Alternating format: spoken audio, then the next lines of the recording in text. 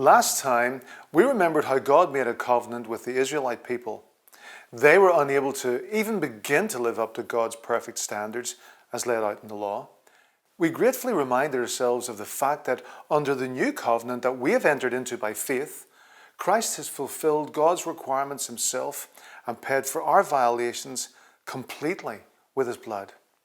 We then took a virtual tour through the tabernacle, noting what the different things there meant for the Israelites, and in contrast, the amazing freedom, forgiveness, and complete access that we have to God as New Covenant people.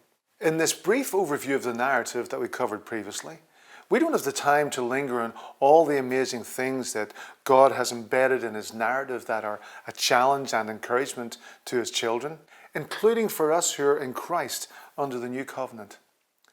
But to summarize, during that period, the Israelites who'd left Egypt, or rather their children's generation, did finally make it to the land that God had promised to Abraham. On the whole, the Israelites were victorious in the struggle for territorial supremacy with other people groups, but the threat of invasion continued for much of this period. In time, a monarchical dynasty was instituted, but only a handful of the kings over the centuries that lasted truly followed the Creator God.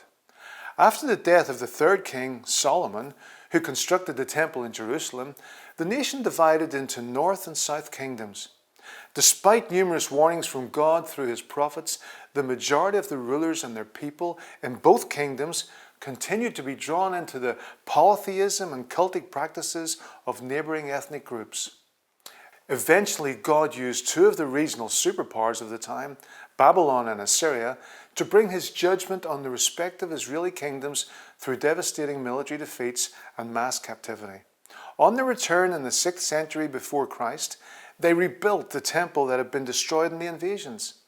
The temple would later be greatly expanded and virtually rebuilt by King Herod. For 400 years, God did not add to his narrative through the prophets. During this time, Greek culture spread through the Mediterranean basin and beyond, soon to be followed by the Roman Empire. Israel was invaded and occupied by Rome. The scene was set for the arrival of Jesus, the fulfillment of so many promises and prophecies. Just like with creation, the incarnation, God the Father sending his Son into the world as a human, took place with a high level of involvement by God's Spirit. We see this first in the events leading up to the arrival, and then in the life of John, the one who would be known for challenging the Jews about their sin, and then helping them demonstrate their repentance through baptism. Luke records in chapter 1 verse 15 the pronouncement of one of God's messenger angels who said that John would be controlled by God's Holy Spirit right from his birth. God's Spirit had a significant role throughout the entire First Covenant period. He was the one who gave special abilities for certain tasks, such as the construction of the tabernacle and temple. He was also the one who guided God's designated storytellers, his prophets, with the insights and with the words they would record in the written narrative. But from this point on, and certainly following Jesus' return to the Father after his resurrection, the Spirit would increasingly feature in the narrative.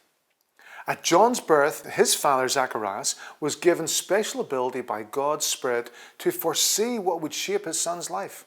He announced that John was to have the unique privilege of proclaiming God's truth in order to prepare people for the coming Messiah.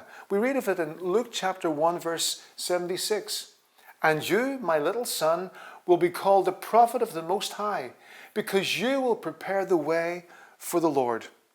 The way that God's Son became a human being was a miracle that God's Spirit himself brought about. In an event wrapped in mystery to our limited minds and far beyond the narrow sphere of science, the creator and sustainer of life became a human embryo in the womb of a virgin. This life of the promised Savior was mothered naturally by Mary, a young woman of the 1st century from the town of Nazareth, but fathered supernaturally by the eternal God of heaven. As close relatives and with only 6 months difference in age, the young John and Jesus may well have spent time together. The narrative doesn't say. There's actually only one recorded encounter, but it is a highly significant one. One day, among the group of people coming to be baptized in the Jordan, John was startled to see his cousin Jesus. John knew by this stage that this was the long-promised Messiah, and he says that it would be much more appropriate for Jesus to baptize him. But Jesus insisted. Even though he had nothing for which to repent by being baptized, he demonstrated his obedience before God. He also associated himself with the common people, with us in fact. His baptism was also full of important symbolism related to what was ahead. In going down under the water, Jesus was portraying the death and burial that he would go through as our representative.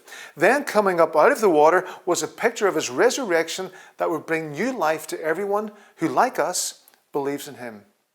Everything was now ready for Jesus to launch into the next 3 years that would prove to be so important and which would end in his death. But he wouldn't launch into all that on his own. He was committed to being reliant on God for everything he needed. And he was given God's full support. First of all, a complete endorsement from his Father, who announced this was his Son who he was completely pleased with.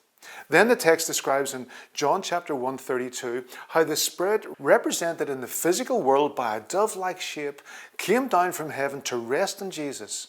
What God was indicating was that his Spirit would be with Jesus to give him the resources he needed to do everything the Father asked of him. He would live with him, not to possess and annihilate his personhood in the way the evil spirits love to do, but to be there. This was different to the kind of limited assistance given by the Spirit to individuals for a specific task, as we see in the narrative of the first covenant. Jesus would have constant access to God's power and wisdom through his Spirit. As we'll see in the ongoing narrative, this is exactly the kind of relationship we have with God. Jesus paved the way and modeled for us how God wants to relate to us as his children. His complete approval of Jesus applies fully to us. The Spirit also comes and lives permanently with us to give us all the resources we need to live as the Father wants us to, and to do the work he gives us. As we noted before, this close relationship with God was immediately probed for weak spots or flaw lines. Could Jesus be tempted to place a higher value in anything over the relationship with his Father and the Holy Spirit? God's Spirit leads Jesus into the uninhabited desert wasteland to face God's enemy. This is recorded in Matthew 4 verse 1. Thousands of years before, Satan had tested Adam and Eve in a similar way and found to his great satisfaction and their great loss that they were willing to forgo their relationship with God for a sense. A false one, as it turned out, of self-determination and freedom. Would Jesus fall for this as well? We know that he did not. Each time, as God's enemy looked for a point of vulnerability, Jesus relied not on his own eloquence or cleverness, but on God's wisdom already accessible in his narrative.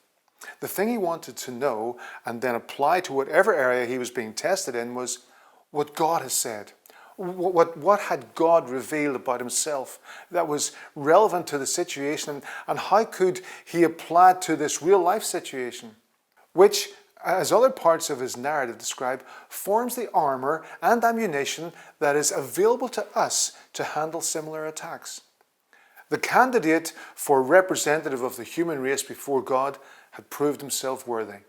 At that initial trial, and with every single thing he did and said over the next 3 years, he would demonstrate beyond a shadow of doubt that he was entirely different from the first representative, Adam.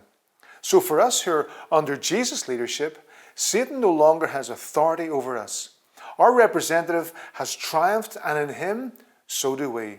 Having received God's complete endorsement, and with his Spirit providing guidance and resources, and having proved himself worthy in the face of Satan's attack, Jesus launched head-on into the task he had come for. Luke now tells us that in chapter 4, verse 14. He says, "Then Jesus returned to Galilee, filled with the Holy Spirit's power. Reports about him spread quickly through the whole region. He started traveling around to local towns, going to the synagogues and showing how God's narrative, of course only the first covenant part was completed then, all pointing towards him." Luke describes in chapter 4, verses 18 and 19, an occasion one Saturday, the Sabbath, when Jesus was in the synagogue of his hometown of Nazareth. He chose a passage written by God's prophet Isaiah that everyone present would have known was talking about the Messiah, what we now identify as Luke chapter 4, verses 18 and 19.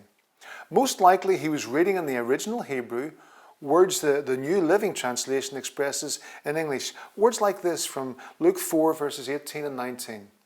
The Spirit of the Lord is upon me, for he has anointed me to bring good news to the poor. He has sent me to proclaim that captives will be released, that the blind will see, that the oppressed will be set free, and that the time of the Lord's favour has come. As we look back from our vantage point, we can appreciate the far-reaching implications of these words much more fully even than those people from his hometown. God most definitely cares deeply about the physical and emotional pain human beings experience in this fallen, corrupted world. In fact, in the coming weeks and months, Jesus would circumvent so-called natural laws to alleviate pain and suffering for many needy people that he encountered. He used those miraculous signs to demonstrate his power as God's Son because he wanted them to see him as the cure for the thing that really ailed them. Every problem, disadvantage, handicap, obstacle, or injustice people can legitimately point to is overshadowed by their one really big dilemma: their need to be made right before a perfect, a holy, a righteous God. So when we hear those words Jesus read to the people in his hometown, they resonate deeply with us. In the ways that really matter, in dimensions that extend beyond this physical world, we are beggars who've inherited enormous wealth. Death row prisoners breathing the free air, people blind from birth now luxuriating in sight, members of a tyrannized class getting used to acceptance and honor. That's what Jesus was telling those people from his hometown, that God's Spirit was giving him the ability and authority to achieve. Of course, as we know, they rejected him and his message, as did most of his countrymen.